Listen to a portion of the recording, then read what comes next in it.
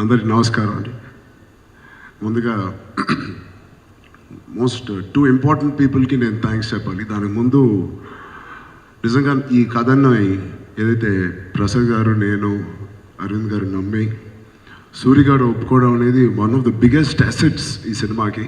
ఆయన style of మేకింగ్కి Dhruva plus నేను కనిపించాలి అని ఒక విధంలో కనిపించాలని దానికి పర్ఫెక్ట్గా మాకు ఆ టైంకి అలా వచ్చినందుకు స్పెషల్ థ్యాంక్స్ మా ఫ్యాన్స్ అందరి తరపు నుంచి, మా తరపు నుంచి సూరి గారికి.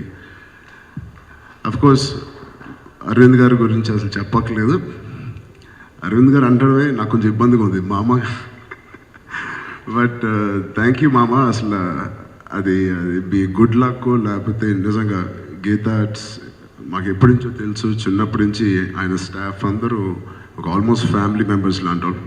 అలాంటి కాంబినేషన్ మాకు మగధీర తర్వాత ఏం చేయాలనేది నేను 4 సంవత్సరాల నుంచి అడుగుతున్నాను అరవింద్ గారిని, నాతో మళ్ళీ ఎప్పుడు సినిమా తీస్తారని.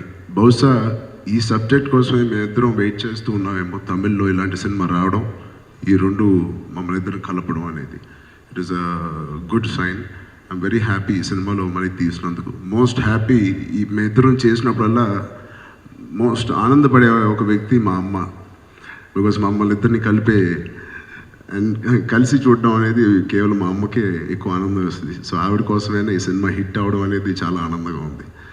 మరో వ్యక్తి ఈ సినిమాలో ప్లే చేసిన ప్రతి టెక్నీషియన్స్కి, వేమ గారికి, మధు గారికి, అలాగే మా ఎడిటర్ నవీన్కి, పోసాని గారికి, మాది రెండో కాంబినేషన్, అండ్ మా ఫ్రెండ్స్ అందరూ Randhir, Upen, Ali and my very dear friend Navdeep. నిజంగా చాలా వీళ్ళందరూ ఉండడం వల్ల చాలా ఎంజాయ్ చేస్తూ చేసాం ఇంత సీరియస్ సినిమాని కూడా. నవదీప్ బ్యూటిఫుల్గా పర్ఫామ్ చేశారు మిగతా అందరు ఫ్రెండ్స్తో పాటు. And congratulate all of them. And music గురించి కొత్తగా అందరూ మాట్లాడుతున్నాం. చాలా రోజుల తర్వాత ఒక సినిమా బ్యాక్గ్రౌండ్ స్కోర్ ఇంత బాగుంది అంటే మా పర్ఫార్మెన్స్కి మించి, కంటెంట్కి మించి ఎంత చేసినా ఆ బ్యాక్గ్రౌండ్ స్కోర్ కానీ పడకపోతే నిజంగా ఈ స్థాయిలో మనం అప్రిషియేట్ చేసేవాళ్ళం కాదు. 24-25 ఏళ్ళు కుర్రాడండి అతను.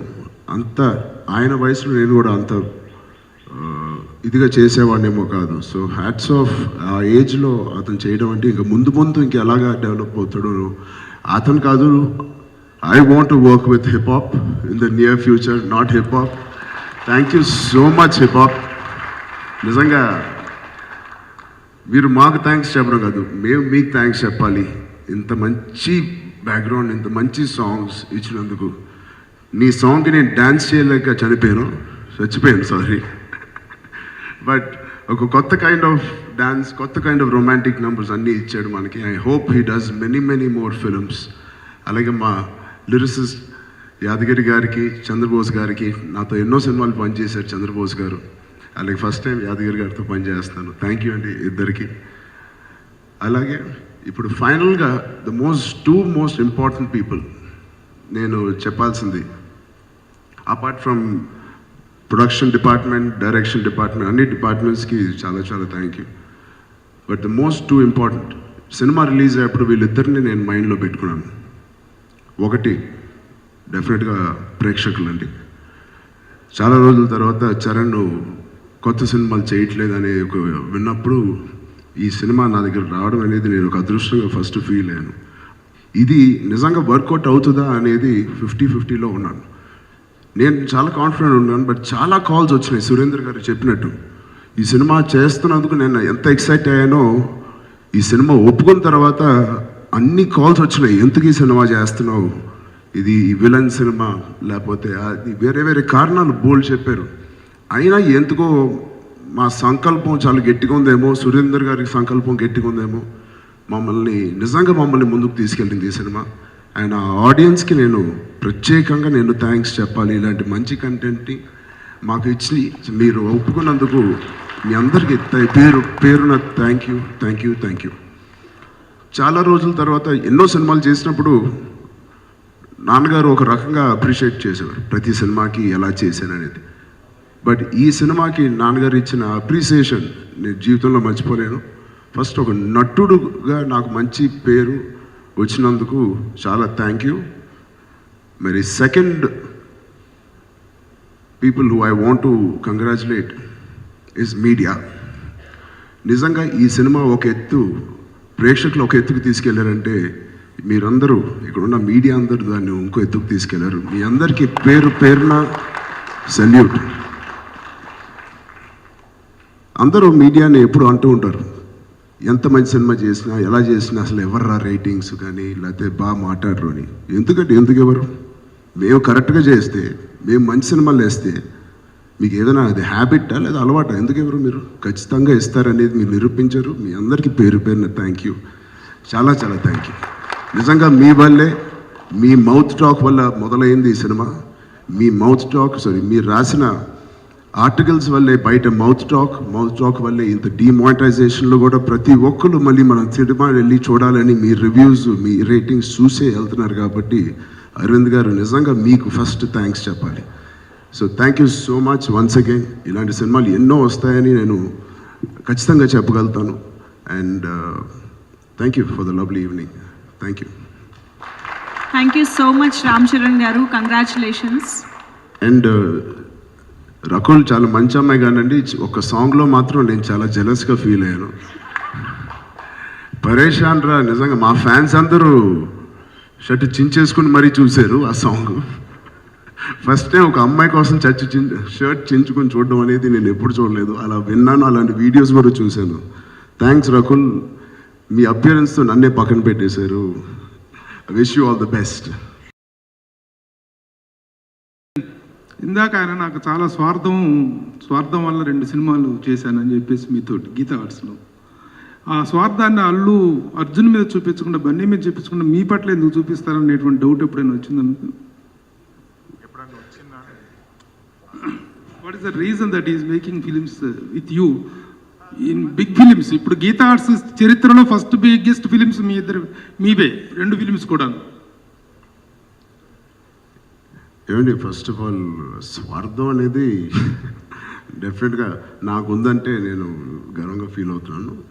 బట్ అఫ్కోర్స్ కొడుకు ఇచ్చే ఆనందం కానీ, కొడుకు వాళ్ళు ఇచ్చే ఇది కానీ, మీరు అది ఎప్పుడు అది మీటర్ మనం డిసైడ్ చేయలేం. అంత ఇచ్చారు అనుకుంటా బన్నీకి. ఇంకా కోరుకుంటే అది బన్నీ తప్పు కానీ అది అరవింద్ గారు తప్పు కాదు.